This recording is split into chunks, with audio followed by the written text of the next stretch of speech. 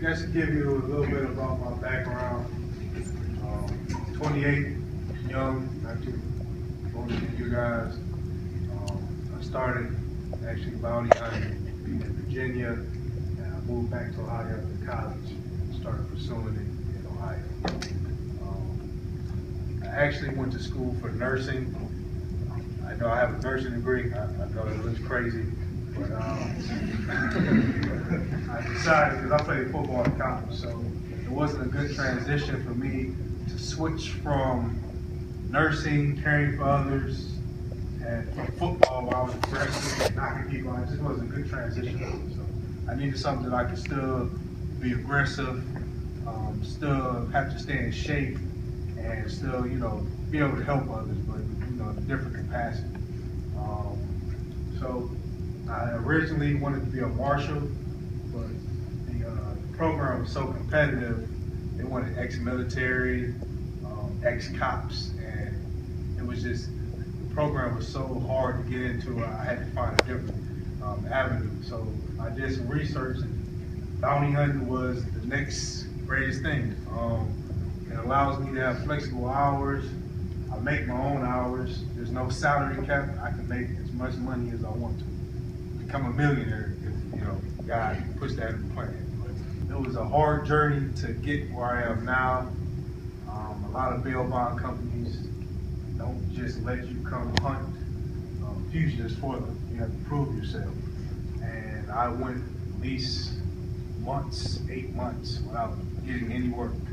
And finally, a guy gave me a chance out of Springfield. His name's John Craig. He's probably one of the top bail bondsmen in Ohio. He decided to give me a chance, and I took that chance. I went after my first guy. I think I could drive all the way to Mississippi, and I caught him the first day, and bring him back. So after seeing that, that was okay. This guy, he must know what he's doing. They decided to keep giving me more and more chances. So that's kind of, not to give you a long story, but that's kind of how I got in the game. I had to prove myself and prove that I was trustworthy to, actually go out and apprehend fugitives. I started out by myself, which is not safe, in some terrible neighborhoods, and it was trial and error. But like I said, I started by myself, just out there in the streets by myself, doing it by myself. I wouldn't recommend anybody doing that. And now looking back on it, where I am now, I would never get myself in situations like I did in the past, being young. You get a badge, you got a firearm, you're feeling good, you're Superman, but you're not. People don't care. A lot of people don't care about the badge. They don't respect it, and I had to learn a lot of things, trial and error. There was an instance where I was in Detroit, hunting a fugitive and getting off topic, but I was shot at. And I was out there by myself, not being smart, but I was so gung-ho, I'm gonna get this guy. I got a badge, I got a gun, nobody can stop me. And I had to learn a lesson, about, being responsible and just learning that you can't hide behind a badge. It's not gonna always save you. So just kind of give you kind of previous history, just leading up to now. But, let me ask you this, do you know why there's bounty hunters? Because some cops can't get them. No. Let me explain to you basically. There's bail bond. I'm a bail bond. So I bail people out of jail. So say, none of you guys will get in trouble. Say somebody got in trouble and the judge set their bond at $10,000, 10%. So you're required to pay 10% of that, which is $1,000. Okay. Say you don't have $1,000. Say all you have is $500. Call it bail bond. What we do is we'll loan you $10,000. Okay. You'll pay us $500. We'll let you make payments on the other $500. So what we'll do is we'll write basically like a post-dated check through an insurance company to the court for $10,000. Now, on the other side of that, we have to guarantee that person's appearance in court. So if that person skips court, the court's going to notify, the company and say, hey, Frank, this guy missed court. You got 45 days to find him, or we're taking $10,000. That's why you have bounty hunters. If we don't go out and find them, we have to pay the court lump sums of money. And if you get to paying the court, so many times, you just go out of business. So that's why you have bounty hunters. It stems from loaning people money, basically from an insurance company. So we're actually loaning people money. And if they don't keep their end of the bargain, we're on the hook for a lower sum. So that's basically why you have bounty hunters. I know a lot of you guys probably didn't know that. So, and not only that, you got the bail bond part. So I'm my own bail bond. So I'll bail people out of jail. So if they skip court on me, I have to go find them. And also other bondsmen, say they have an individual that skips court and they cannot find them. They can hire me in and I can go find them for them. So there's two ways you can get bounty hunters. So we just can't go out and arrest random people. We don't have that authority. It would be the same if we just made a citizen's arrest. So yeah, bounty hunters cannot just go out and make an arrest on random. Unless a judge asks, maybe a judge might ask for a favor, then you can go arrest somebody. But as far as just going out arresting random people, we don't have that authority. We're not police officers. We are completely different in ways than police officers. We can do warrantless searches. So meaning, let me explain that to you. When I bail somebody out, they have to sign an application. Within that application, the defendant that's in jail and also the co-signer are signing away their rights. Meaning, at any point in time, I can enter that person's house anytime. 2 o'clock in the morning, it's a joke, but I can go in there, sit on the couch and make a sandwich if I want to. They lose all authority, period, once they sign the application. For instance, say if we see the defendant, he skips court, and we see him in some random person's house. As long as we physically see him going in the house, if it's a third-party house, we can go in there. It doesn't matter what time, when, and we don't have to announce ourselves. We can kick the door in, and, do what I'm sure some of you guys have seen. If you have to find that person, what's your routine? How do you find them? The application process, they have to provide information: height, weight, date of birth, social security. So beforehand, I already have the application on this person. I have the information, where they live. I get references, friends, and family. Sometimes I get Facebook, emails. I get all the personal information. So in case they do leave, in case they do skip, I have, something to reference back to and find them. There's also systems that we use like IRB, where we can run a person's social, get the background,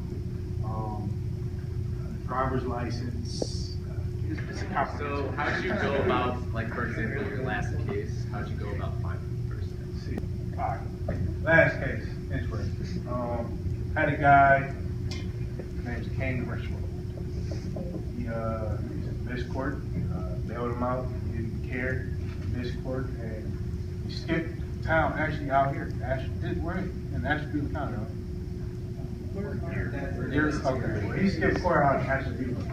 So what I did was, he was a young kid, into the women, hard, he loves the ladies.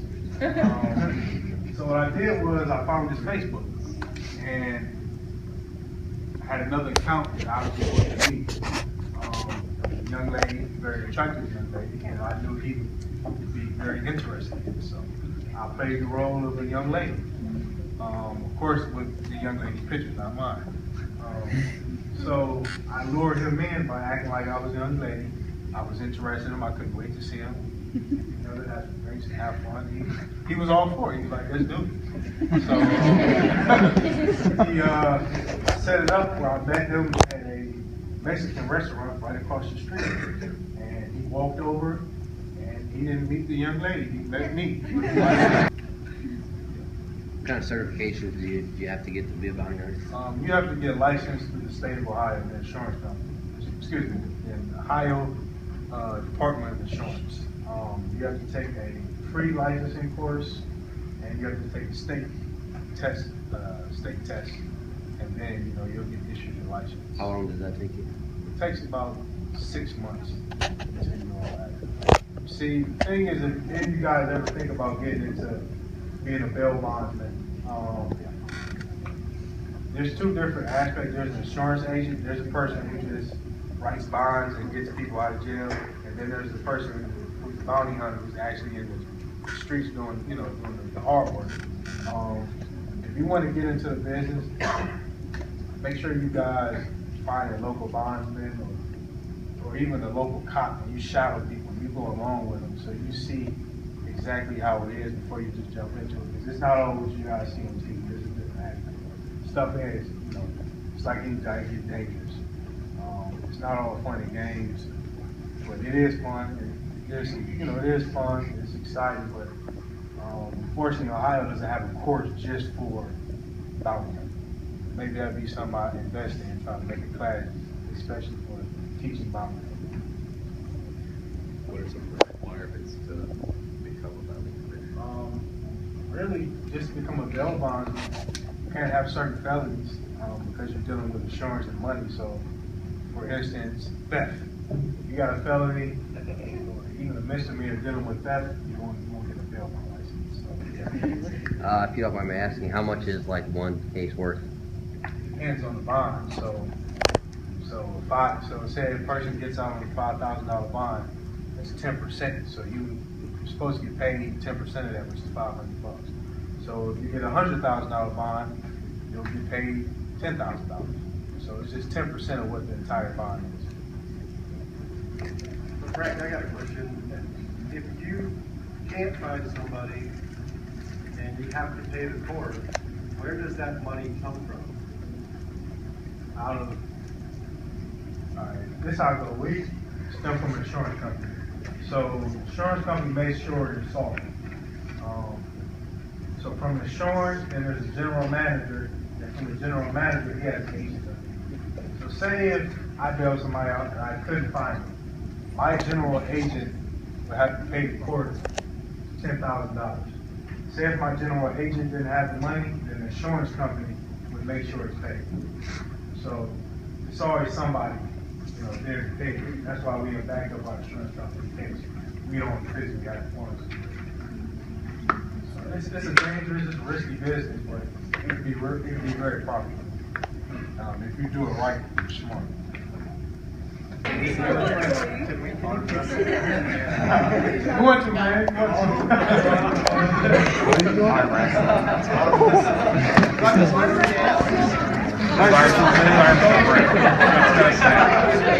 Yo.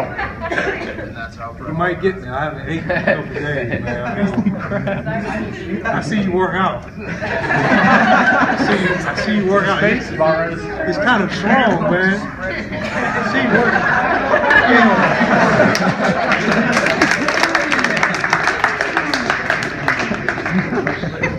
Any last questions for him? Sorry I couldn't get here a little earlier. Like I said, the weather was kind of bad. So It's Ohio. Yeah. Ohio. Where's your office?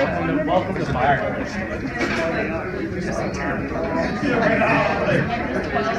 All right, we'll get ready to go.